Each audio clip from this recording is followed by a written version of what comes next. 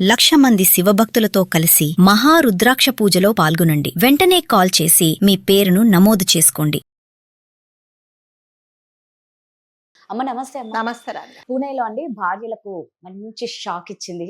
ఒక భార్యాభర్తల విషయంలో, పిల్లల విషయంలో కోర్టు ఇచ్చిన తీర్పు చూస్తే నిజంగా అందరూ షాక్ అవ్వాల్సిందే. ఆ తీర్పు ఏంటి అనేది అమ్మని అడిగి తెలుసుకుందాం.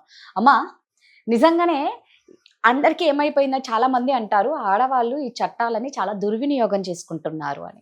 అవును, ఈ మధ్య కాలంలో కదా, ప్రతి విషయంలోనూ. సో ఇదే టైంలో భార్యాభర్తలు ఒక గొడవ విషయంలో, పిల్లల విషయానికి ఈ కోర్టు ఇచ్చిన తీర్పు నిజంగా అందరం చాలా హ్యాపీగా ఫీల్ అవ్వాలి. నిజంగా అది మనకు కూడా ఇంప్లిమెంట్ చేస్తే చాలా మంది, నేను కూడా చదివానండి అది. వాళ్ళిద్దరు వైఫ్ అండ్ హస్బెండ్, ఉద్యోగరీత్యా అతను సింగపూర్కి వెళ్ళిపోయాడు, ఆ వైఫ్ కూడా వెళ్ళిపోయింది. ఈ వైఫ్కు మొదటి నుంచి హస్బెండ్ అంటే ఒక రకమైన చిన్న చూపు. ఎంతసేపు వచ్చి అతన్ని అందరి ముందు అగౌరవపరచడము. దాని తర్వాత వాళ్ళిద్దరికి ఒక అబ్బాయి ఉన్నాడు, ఒక 7 years అబ్బాయి.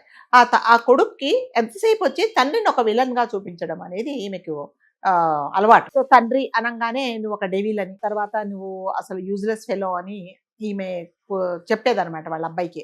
ఆ అబ్బాయి కూడా తండ్రి అంటే అంతే కదా, ఇప్పుడు జనరల్ గా తల్లి ఏం చెప్తే పిల్లలు అదే నమ్ముతారు. అది నిజమా కాదా అని తెలుసుకునే వయసు కాదు అది. 5-6 సంవత్సరాలు అమ్మ చెప్పిందే ఎక్కువ వింటాం. అంతే కదా. అదే అమ్మ నిజము, తండ్రి సాక్ష్యం అని అంటారు అనమాట. అంతే మరి. అమ్మ అంటే నువ్వు పక్కన ఉండగానే ఇదిగో నీ కొడుకని చూపిస్తే అది అమ్మ నిజం. సాక్ష్యం ఏంటంటే అమ్మ చెప్తుంది, ఇదిగో పలా నువ్వు ఎవరన్నా తీసుకోవచ్చు, మీ నాన్న అంటే నానానే అనుకుంటాడు. దానికి ఏముంది చెప్పండి. సో తల్లి ఎవరిని చూపిస్తే వాళ్ళని నాన్న అంటారు. అట్లాగే పిల్లలు జనరల్ గా తల్లి ఏది చెప్తే అది వినేలాగా ఈమె ఏం చేసిందంటే అలా అతన్ని, ఆ కుర్రోడిని మోల్డ్ చేసుకుంది అనమాట. సో తండ్రిని ఒక విలన్ లాగా చూపించడం మొదలుపెట్టింది. కాబట్టి తల్లి ఏం చెప్తా అది విని, తండ్రి పాపం ఎంత వీళ్ళ కోసం కష్టపడి ఎంత చేసినా కూడా తండ్రి అనంగానే ఒక అంటరాని వాళ్ళగా చూశారు. సో ఈ క్రమంలో అతనికి అక్కడ సింగపూర్లో మంచి జాబ్ వచ్చింది. అతను పెద్ద ఆఫీస్కి చాలా CEO పొజిషన్లో ఉన్నాడు, MNCలో మంచి పొజిషన్లో ఉన్నాడు. సరే ఏది ఏమైనా కొడుకు కదా, నన్ను ఎంత హేట్ చేసినా కూడా అక్కడ మంచి ఒక స్కూల్లో చేర్పించాడు ఈ కుర్రోడిని, 7 సంవత్సరాల అబ్బాయిని. తర్వాత అన్ని బాగోగులు చూశాడు. అంటే అతని వైపు నుంచి ఎటువంటి తప్పు లేకుండా చూశాడు. సో అతన్ని మీరు ఎవ్వరు వెళ్ళి అతని గురించి అడిగితే కూడా మంచి రికార్డు ఉంది అతనికి, చాలా హై ప్రొఫైలు. పిల్లవాడు కూడా తండ్రి దగ్గర ఉన్నాడు కాబట్టి, అంటే ఈ తల్లి ఇన్ఫ్లుయెన్స్ లేకుండా చదువులో మాత్రం చాలా మంచిగా చదివాడు, అకాడమిక్స్ అని చాలా బాగా చదువుకుంటున్నాడు. సో ఇవన్నీ ఈ తల్లి ఏం చేస్తుందంటే భరించలేకపోయింది.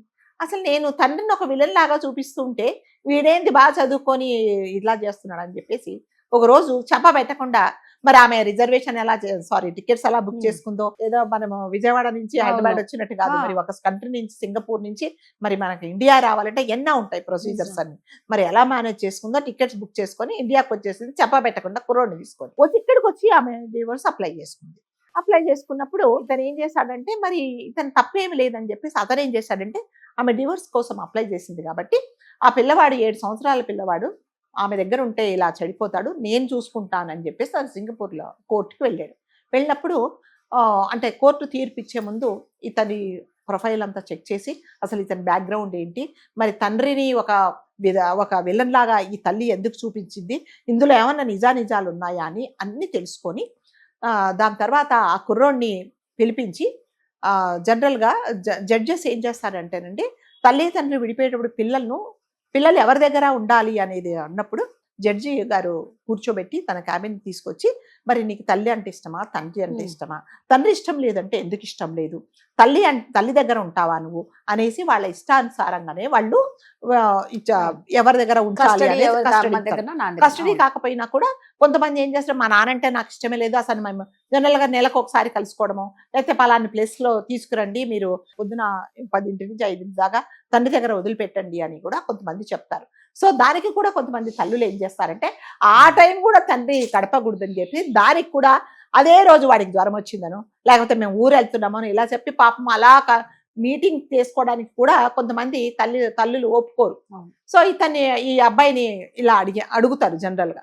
సో ఈ విషయంలో ఇవన్నీ వీళ్ళని పరిశీలించిన తర్వాత జడ్జి గారు ఏం చేశారంటే, ఒక తల్లిగా నువ్వు హస్బెండ్నే సరిగ్గా చూసుకోలేదు, పిల్లవాడిని నువ్వు ఏం పెంచి పోషిస్తావు, వాడికి ఏం నేర్పిస్తావు, కాబట్టి ఇక్కడ ఉన్నప్పుడు చాలా బాగున్నాడు కాబట్టి తండ్రి కస్టడీలోనే ఈ అబ్బాయి ఉండాలని ఒక తీర్పు చెప్పారండి. తీర్పు చెప్పినప్పుడు ఆ ఆర్డర్స్ వీళ్ళకి పంపించారు ఇండియాలో. పంపిస్తే ఆమె దాన్ని బేఖాతరు చేసేసి ఇక్కడే ఏం చేసిందంటే మళ్ళీ అప్లై చేసుకుంది. నా పిల్లవాడు నా దగ్గరే ఉండాలి అన్నప్పుడు మళ్ళీ అతను ఇండియాకి వచ్చాడు. ఇండియాకి వచ్చి ఇక్కడంతా మళ్ళీ పాపం చాలా కష్టపడి తన ఫేవర్లో ఆర్డర్స్ తెచ్చుకున్నాడండి. ఏంలాగంటే ఇవన్నీ చెప్పాడనమాట కోర్టులో, నా పరిస్థితి ఇది, నా వైపు మీరు కావాలంటే ఎక్కడైనా చెక్. ప్లస్ ఆర్డర్స్ ఆల్రెడీ సింగపూర్లో ఆర్డర్స్ ఇచ్చారు, తండ్రి కస్టోడియన్లోనే ఉండాలి పిల్లవాడని. అన్నప్పుడు వాళ్ళు కూడా ఈ పూడే కోర్టు కూడా ఏం చేసిందంటే, ఎస్ నువ్వు ఇంత బాధ్యతారాహితంగా పిల్లవాడిని పెంచలేకపోగా పిల్లవాడిని తండ్రికి ఒక విలన్ లాగా చూపించావు కాబట్టి నువ్వు ఏం నేర్పిస్తావు, ఏం రెస్పాన్సిబిలిటీ ఉంది నీకు, కాబట్టి నీ దగ్గర ఉంటే ఇంకా వీడు చెడిపోతాడు అనేసి ఆ కుర్రవాడి బాధ్యత ఈ తండ్రికి అప్పగించారు. అంటే నిజంగా ఇది మనం అందరూ సంతోషపడాల్సిందే. అంటే ఎవరైతే కొంతమంది పాపం అనకూడదని ఎంతసేపు వచ్చి ఆడవాళ్ళకు అన్యాయం జరుగుతుంది అంటారు, పోలీస్ స్టేషన్లకు వెళ్తారు, పంచాయతీలు చెప్తారు, అయ్యో ఆడవాళ్ళని బాధిస్తున్నారంటారు. కొంతమంది మగవాళ్ళు కూడా ఆడవాళ్ళ వల్ల చాలా బాధలు పడుతున్నారండి ఈ మధ్య కాలంలో.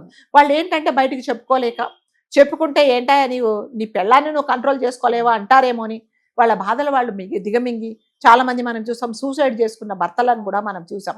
కాబట్టి ఇదంతా ఇది ఒక తీర్పు ఏంటంటే నిజంగా ఆ తీర్పు నిజంగా అమల్లోకి వస్తే మనందరం చాలా సంతోషపడాల్సిన విషయమే.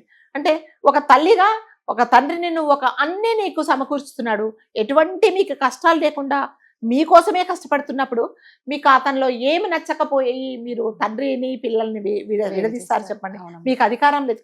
తల్లిగా నీకెంత బాధ్యత ఉందో, తల్లిగా నీకెన్ని హక్కులు ఉన్నాయో, తండ్రిగా అతను కూడా మీ ఇద్దరి ప్రాపర్టీ అతను కదా, మీ ఇద్దరి వల్ల పుట్టిన అబ్బాయి కాబట్టి ఆ తండ్రికి ఎంత బాధ్యత ఉంటుందో తల్లికి ఉంటుంది, తల్లికి ఎంత ప్రేమ ఉంటుందో తండ్రికి కూడా ఉంటుంది.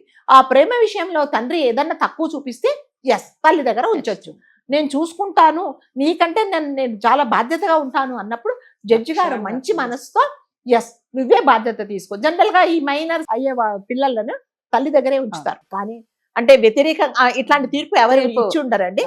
సో ఈ అబ్బాయిని ఈ తండ్రి దగ్గరే ఉండేలాగా ఉంచారు. తల్లి షాక్ అయిపోయింది అనమాట.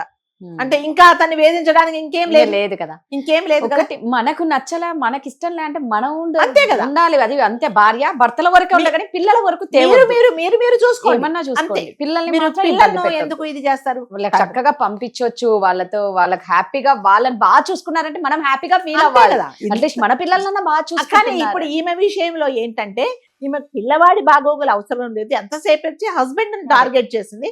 హస్బెండ్ ను మనం డిఫేమ్ చేయాలి అంటే ఏం చేయాలి?